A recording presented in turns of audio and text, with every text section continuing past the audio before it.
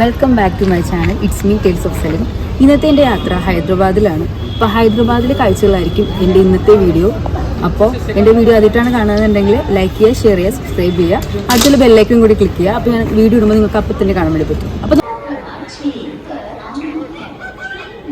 നമ്മളിപ്പോൾ സെക്കൻഡറാബാദ്, അതായത് ട്രിവാൻഡ്രത്ത് നിന്ന് സെക്കൻഡറാബാദ് വരെ പോകുന്ന ട്രെയിനിലാണ് പോയിട്ടുണ്ടായിരുന്നത്. 24 മണിക്കൂർ നമ്മൾ ട്രെയിനിൽ ഇരിക്കണം കേട്ടോ. അതാണ് ഇവിടുത്തെ മെയിൻ പ്രശ്നം. ഇപ്പോൾ ഡൽഹി, ആഗ്ര അങ്ങനെയുള്ള സ്ഥലങ്ങളിൽ പോകുകയാണെങ്കിൽ അതിലും കൂടുതൽ ഇരിക്കണം, മുംബൈ പോലുള്ള സ്ഥലങ്ങളിലൊക്കെ. അപ്പോൾ 24 മണിക്കൂർ ട്രെയിനിൽ ചിലവഴിച്ച് ഞങ്ങളിപ്പോൾ സെക്കൻഡറാബാദിൽ ഇറങ്ങി കേട്ടോ. സ്റ്റേ എടുത്തതൊക്കെ ഭയങ്കര അടിപൊളിയായിരുന്നു. നിങ്ങൾ ഇതിൽ കാണുന്ന പോലെ അടിപൊളിയായിരുന്നു.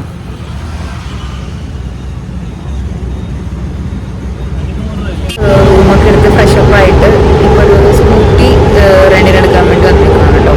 Royal brothers. നമ്മൾ ട്രാവൽ ചെയ്യുമ്പോഴത്തേക്ക് എപ്പോഴും അവിടെ നിന്ന് തന്നെയാണ് വണ്ടി എടുക്കുക. അപ്പോൾ നമ്മൾ നോക്കിയപ്പോഴത്തേക്കും ഇവിടെ ഓട്ടോയും ഊബർ പോലത്തെ സർവീസൊക്കെ ഉണ്ട്, റാപ്പിഡോ എന്ന് പറഞ്ഞിട്ട്. അപ്പോൾ അത് എനിക്കൊന്ന് യൂഷ്വൽ റേറ്റിനേക്കാളും നമ്മളെ ഒരു സ്ഥലത്ത് ഇവിടെ കറങ്ങാൻ അങ്ങോട്ട് പോയി തിരിച്ചു വന്നു, അങ്ങനെ ഒരു സ്ഥലങ്ങൾ നമ്മൾ കവറപ്പ് ചെയ്യുന്ന സമയത്ത് നമുക്ക് നല്ല റേറ്റ് വരുന്നുണ്ട്. അപ്പോൾ ഞങ്ങൾക്ക് തോന്നി സ്കൂട്ടി റെൻറ്റിനെടുക്കുന്നതായിരിക്കും ബെറ്റർ എന്ന്. അപ്പോൾ 1300 2 ഡേയ്സിനേക്ക് നമുക്ക് വരുന്നുള്ളൂ. അല്ലാതെ നമ്മൾ ഇങ്ങനത്തെ ഊബർ പോലത്തെ റാപ്പിഡോ എന്ന് പറയുന്ന ഒരു ഓപ്ഷൻ എടുക്കുവാണെങ്കിൽ എന്തായാലും 1300 എന്തായാലും നിൽക്കില്ല. നമ്മൾ അങ്ങോട്ടും ഇങ്ങോട്ടും ഓരോ പ്ലേസസ് കവർ ചെയ്യുന്ന സമയത്ത് നമുക്ക് എന്തായാലും അതിലേക്ക് കൂടുതൽ എക്സ്പെൻസ് ആവും. അപ്പോൾ നമ്മൾ സ്കൂട്ടി റെൻറ്റിനെടുക്കാൻ വേണ്ടി വന്നേക്കുവാണ്.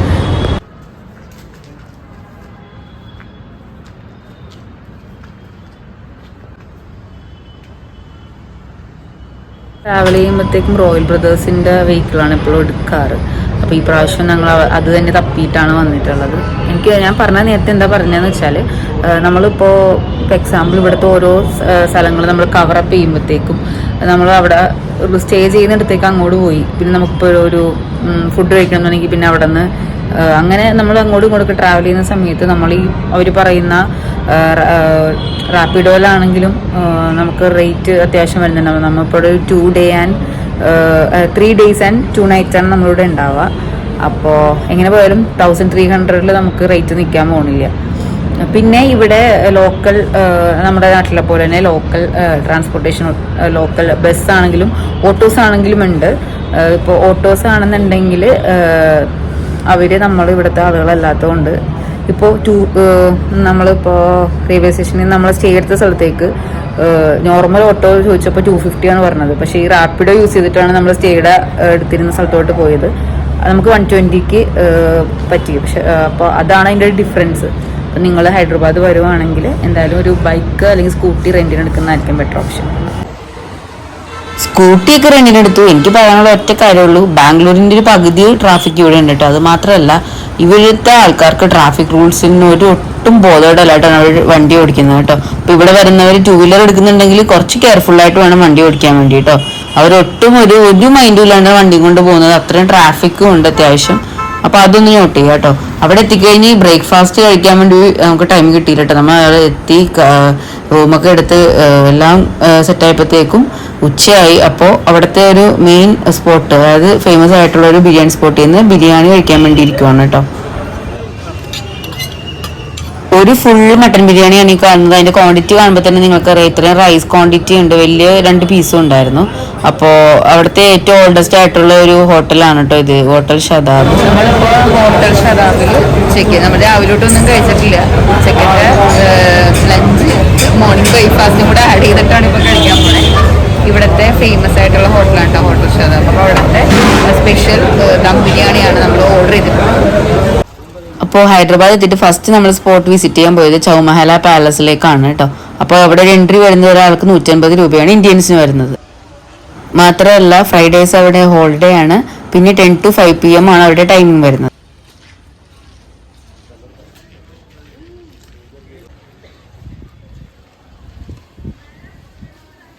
ഞാനിപ്പോൾ ഉള്ളത് ഹൈദരാബാദിൻ്റെ ഒരു ഐക്കോണിക് സ്ഥലമായിട്ടുള്ള ചൗമഹല പാലസിലാണ്.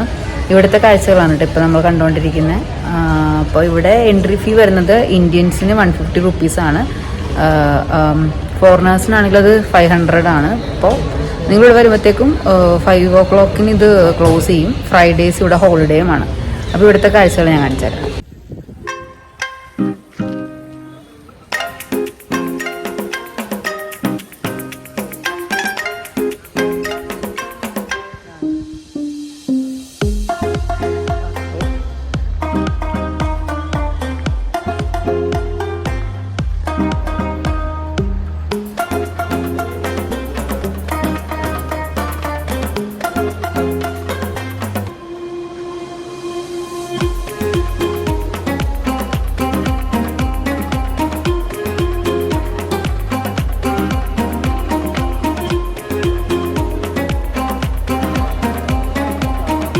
ഇതിൻ്റെ പുറത്തെ കാഴ്ചകളേക്കാൾ കൂടുതൽ ഇതിൻ്റെ അകത്ത് കാണാനായിട്ട് രസം. നിങ്ങളിപ്പോൾ കണ്ടിട്ടുണ്ടാവും അടിപൊളിയായിട്ടുള്ള ലൈറ്റിങ്, പണ്ടത്തെ കാലത്തുള്ള ആ ഒരു ബിൽഡിങ്ങിൻ്റെ അകത്തുള്ള ഒരു ഇൻറ്റീരിയർ വർക്കൊക്കെയാണ് ഇപ്പോൾ ഈ കാണുന്നത്. പക്ഷെ അത് ലൈറ്റൊക്കെ ഓണാക്കുകയാണെങ്കിൽ കുറച്ചും കൂടെ ഇങ്ങനെ, പക്ഷെ അത് അന്നത്തെ കാലത്ത് യൂസ് ചെയ്തിട്ട് ലൈറ്റ്സ് അറിയില്ല. പിന്നെ ഇതിൻ്റെ അകത്ത് വന്നു കഴിഞ്ഞാൽ ഇതിൻ്റെ ഫുൾ ഹിസ്റ്ററി ഒക്കെ ഇവിടെ കറക്റ്റ് എഴുതി വെച്ചിട്ടുണ്ട് കേട്ടോ. അപ്പോൾ നിങ്ങളിവിടെ വരുവാണെങ്കിൽ ഇതൊക്കെ ജസ്റ്റ് റീഡ് ചെയ്ത് ഇതിൻ്റെ എക്സ്പീരിയൻസ് ഒക്കെ മനസ്സിലാക്കാവുന്നതാണ്.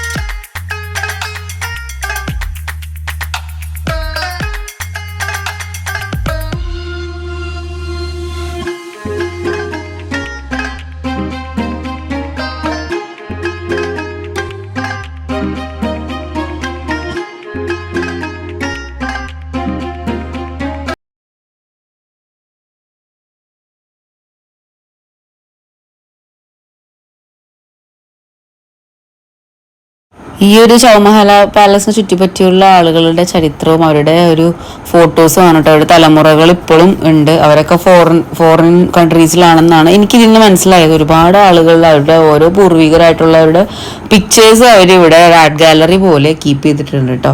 ഇപ്പോഴും അവരുടെ വംശത്തിലുള്ള ആളുകൾ ഇപ്പോഴും ഇവിടെ ഉണ്ട്. അതായത് ഇവിടെ ഇപ്പോൾ സ്റ്റിൽ ഇപ്പോൾ അവർ അവൈലബിൾ അല്ല, അവർ ഫോറിൻ കൺട്രീസിലാണെന്നാണ് അറിയാൻ കഴിഞ്ഞത്.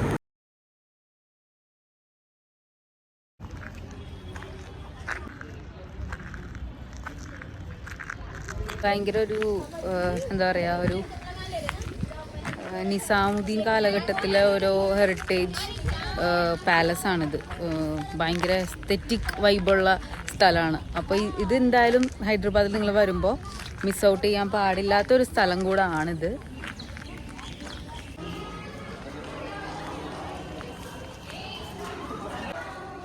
കാര്യമായ എന്തോ പ്രശ്നം വെക്കണേ. ഇതിൻ്റെ അകത്തേക്ക് എൻട്രി ഇല്ല. അവരൊക്കെ വരുമ്പോൾ ഇപ്പോഴും സ്റ്റേ ചെയ്യണ സ്ഥലമാണിത്. അന്നത്തെ ഓൾഡ് ആളുകൾ, അതായത് ഓൾഡ് രാജാക്കന്മാരുടെ ഒക്കെ വണ്ടികൾ ഒരു കാരേജ് പോലെ ഇങ്ങനെ സൂക്ഷിച്ചിരിക്കുകയാണ് കേട്ടോ. വണ്ടികളുടെ ഒരു വാല്യൂ മറ്റേ റോൾസ് റോയ്സിന്റെ അന്നത്തെ കാലത്തെ വണ്ടിയൊക്കെ കണ്ടോ, ഒത്തിരി രസമെന്നറിയോ. നമ്മളിങ്ങനെ അതിന് നോക്കി നന്നായിട്ട് അവരിത് എന്താ പറയുക കെയർ ചെയ്യുന്നുണ്ട്, അത് കാണാനുണ്ട്. അത്ര നന്നായിട്ട് അവരത് കീപ്പ് ചെയ്യുന്നുണ്ട് അവിടെ.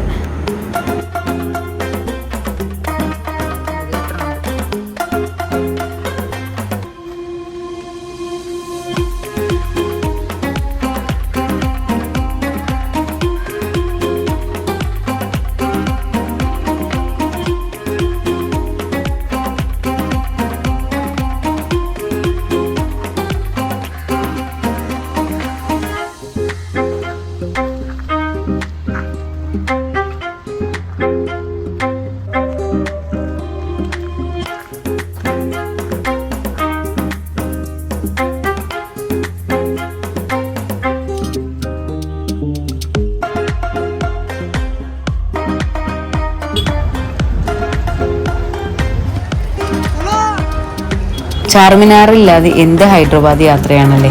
അപ്പോൾ ഈ ഒരു സ്ഥലമാണ് ഈ ഹൈദരാബാദിന് ഏറ്റവും കൂടുതൽ, നമ്മൾ ഹൈദരാബാദ് എന്ന് പറയുമ്പോൾ തന്നെ ഈ ഒരു ഐക്കോണിക് ചാർമിനാറിൻ്റെ ഈ ഒരു എന്താ പറയുക ഒരു ടവറാണ് നമ്മുടെ മനസ്സിലേക്ക് വരുന്നത്. അപ്പോൾ ഇവിടുത്തെ കാഴ്ചകളാണ്, അതും എന്താ പറയുക ഒരു ഷോപ്പിംഗ് പാരഡൈസ് കൂടിയാണ്. ലോക്കൽ സ്ട്രീറ്റും ഷോപ്പിംഗ് പാരഡൈസ് ആണെന്ന് തന്നെ പറയാം. എന്താ പറയുക ഒരു പെൺകുട്ടിക്ക് ഒരു മണവാട്ടിയായി ഒരുങ്ങാനുള്ള എല്ലാ സകല സാധനങ്ങളും ഇവിടെ കിട്ടും കേട്ടോ. അപ്പം ബാർഗെയിൻ ചെയ്യാൻ വേണ്ടി നിങ്ങൾക്ക് കഴിവുണ്ടെങ്കിൽ അടിപൊളിയായിട്ട് ഒരുപാട് സാധനം. ചാർമിനാറിലേക്കുള്ള എൻട്രി ആണ്, പിന്നെ മുകളിൽ കയറാൻ വേണ്ടി പറ്റും.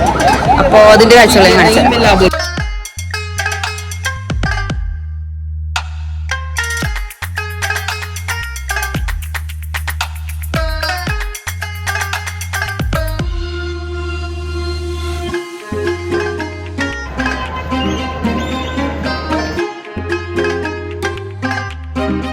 ചാർമിനാറിന്റെ മുകളിലേക്ക് കയറാനുള്ള ക്യൂ ആണ് ഈ കാണുന്നത്.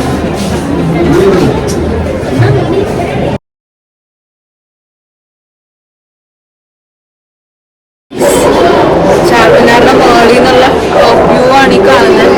പക്ഷെ ഇതിന്റെ മുകളിലേക്ക് കയറുന്ന സ്റ്റെപ്പ് ഭയങ്കര ഇങ്ങനെ വളഞ്ഞ് കുഞ്ഞു സ്റ്റെപ്പാണ്. പക്ഷെ ശരിക്കും സ്കെയർ ചെയ്യും. പക്ഷെ ഇത് ഹൈദരാബാദിന്റെ ഒരു വ്യൂ ഇവിടെ നോക്കിയാൽ കാണാൻ വേണ്ടി പറ്റും.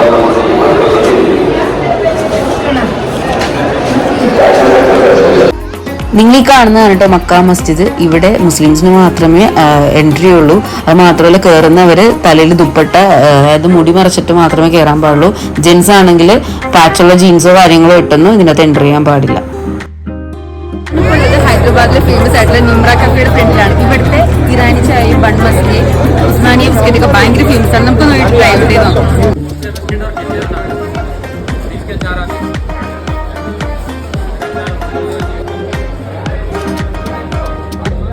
ഇവനാണ് മോനെ താരം ബൺമസ്ക. 50 രൂപയാണ് ഇവിടെ വരുന്നത്. പക്ഷെ ഓർത്താണ് കേട്ടോ 50 രൂപയ്ക്ക് അടിപൊളിയാണ് ഇതിന്റെ ടേസ്റ്റ്. പ്ലസ് ഇറാനി ചായയും കൂടെ മുക്കി കഴിക്കും. സൂപ്പർ.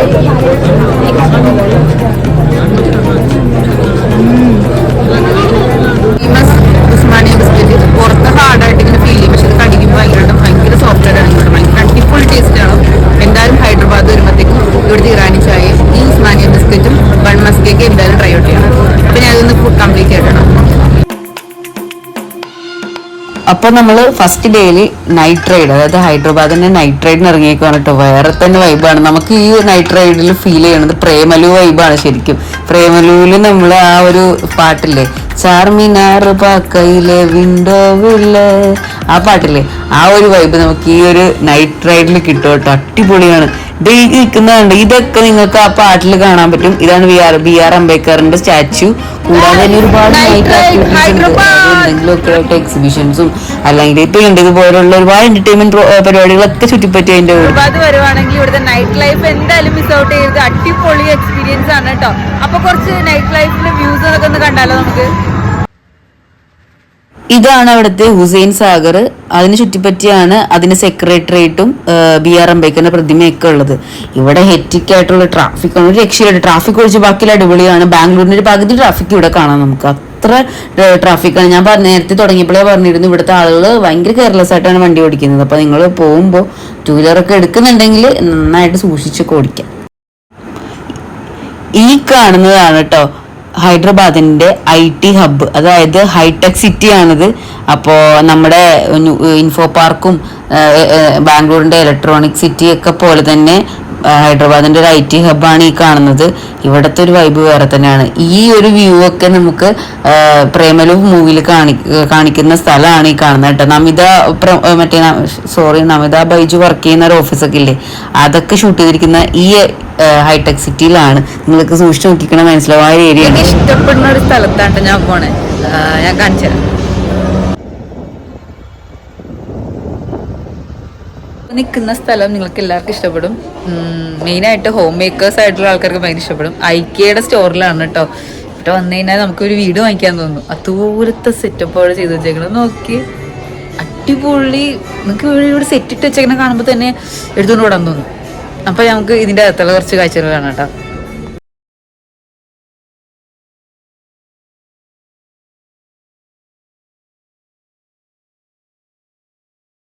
പോവാൻ തോന്നുന്നില്ല. അതുപോലെ ബാംഗ്ലൂർ പോയ സമയത്ത് എനിക്ക് അവിടുത്തെ IKEA സ്റ്റോർ വിസിറ്റ് ചെയ്യാൻ വേണ്ടി പറ്റിയിട്ടുണ്ടായിരുന്നില്ല. അപ്പോൾ ഈ പ്രാവശ്യം എന്തായാലും അത് മിസ് ഔട്ട് ചെയ്തത് ഞങ്ങൾക്ക് ഉണ്ടായിരുന്നു.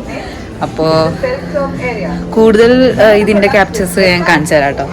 എന്തായാലും നിങ്ങൾ ഹൈദരാബാദൊക്കെ വരുമ്പോഴത്തേക്ക് IKEA അല്ലെങ്കിൽ ബാംഗ്ലൂരിലുണ്ട്. ഹൈദരാബാദ് വരുമ്പോൾ എന്തായാലും നിങ്ങൾ ഈ സ്ഥലം വിസിറ്റ് ചെയ്യണം കേട്ടോ.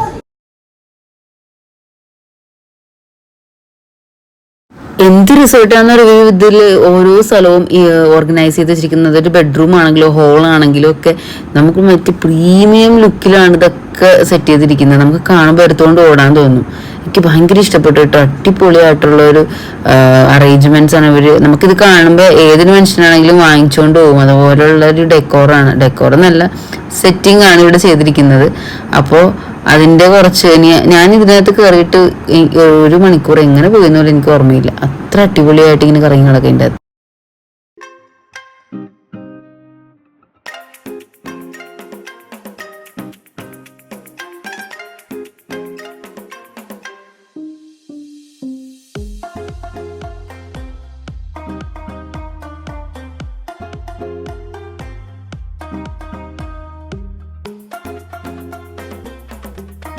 അല്ല, വലിയൊരു ഹോളാണ് ശരിക്കും.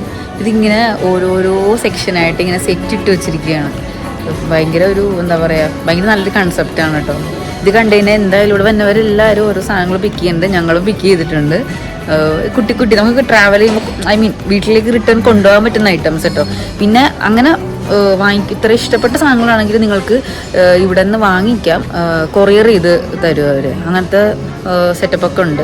ഇപ്പോൾ കൊണ്ടുപോകാൻ പറ്റൂല എന്ന് പറഞ്ഞ് അങ്ങനെ സങ്കടപ്പെടേണ്ട ആവശ്യമൊന്നും വരില്ല കേട്ടോ. കൊറിയറൊക്കെ ചെയ്തു തരും. പാർട്സ് ആയിട്ടായിരിക്കും. ഞാനിപ്പോൾ ഈ കാണിച്ചു തന്ന ഇവിടെയുള്ള എല്ലാ സാധനങ്ങളും അതായത് ഇവിടെ സെറ്റ് ഇട്ടിരിക്കുന്ന ഉൾപ്പെടെ ഇവിടെ ഇരിക്കുന്ന കൊച്ചു കൊച്ചു സാധനങ്ങളാണെങ്കിലും ക്യാരി ചെയ്ത് കൊണ്ടുപോകാൻ പറ്റുന്നതാണെങ്കിൽ അവർ ഇപ്പം തന്നെ ബില്ല് ചെയ്ത് നമുക്ക് പാക്ക് ചെയ്ത് തരും. അല്ലാത്ത സാധനങ്ങളാണെങ്കിലും അവർ കൊറിയർ ചെയ്തൊക്കെ തരുന്ന ഫെസിലിറ്റി ഇവർക്ക് ഉണ്ട് കേട്ടോ. എനിക്ക് ഒരു കെഫേയുടെയൊക്കെ സെറ്റ് ഇട്ട് വെച്ചിരിക്കുന്നു. നല്ല രസമുണ്ട് കേട്ടോ. വല്ല എന്താ പറയുക, ഒരു കേക്ക് ഷോപ്പോ പേസ്ട്രി ഡെസേർട്ടൊക്കെ കിട്ടില്ലേ, ഐസ്ക്രീം അങ്ങനത്തെയൊക്കെ കോഫി ഷോപ്പായിട്ടും എടുക്കാം. അതുപോലത്തെ ഒരു ഷോപ്പിൻ്റെ സെറ്റാണ് കേട്ടോ ഈ കാണുന്നത്. നമ്മൾ കറങ്ങി അവരിത് ക്ലോസ് ചെയ്യാൻ ടൈമായെന്ന് വിളിച്ചു പറഞ്ഞു കേട്ടോ. ഇനി അവിടെ നിന്നിട്ടുണ്ടെങ്കിൽ എൻ്റെ കണ്ണ് മഞ്ഞളിച്ചിട്ട് വയ്യ. അത്ര അടിപൊളി, ഒന്നും പറയാനില്ല. എന്തായാലും നിങ്ങൾ മസ്റ്റ് വിസിറ്റ് ആണ് IKEAയുടെ സ്റ്റോറ്. ബാംഗ്ലൂരും ഉണ്ട്, ഹൈദരാബാദും ഉണ്ട്. ഇനിയിപ്പോൾ വേറെ ഏതെങ്കിലും സ്ഥലത്ത് ഉണ്ടോ എന്നുള്ളത് എനിക്ക് കുറച്ച് ഇൻഫോർമേഷൻ അറിയില്ല. എന്നാലും നിങ്ങൾ പോകുമ്പോൾ ഈ 2 സ്ഥലത്തും അവൈലബിൾ ആണ്. എന്തായാലും ഒന്ന് വിസിറ്റ് ചെയ്യുക.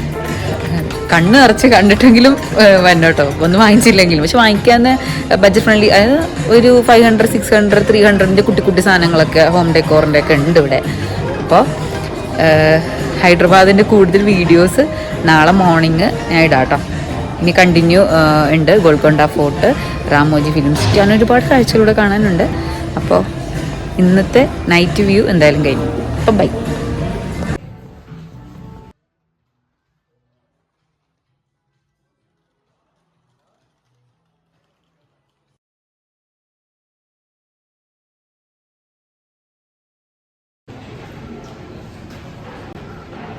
ഈ ഹോം ഡെക്കോർ അല്ലെങ്കിൽ ഡെക്കോർ ഐറ്റംസ് അല്ലാണ്ട് ഫുഡ് കോർട്ടും ഉണ്ട് കേട്ടോ. അപ്പോൾ ഫുഡ് ഇവിടെ കുറച്ച് എക്സ്പെൻസീവ് ആണ്, ബഡ്ജറ്റ് ഫ്രണ്ട്ലി ആണ് ഞാൻ പറയുന്നില്ല. അപ്പോൾ ഇതൊക്കെയാണ് ഐക്യയുടെ കാഴ്ചകൾ.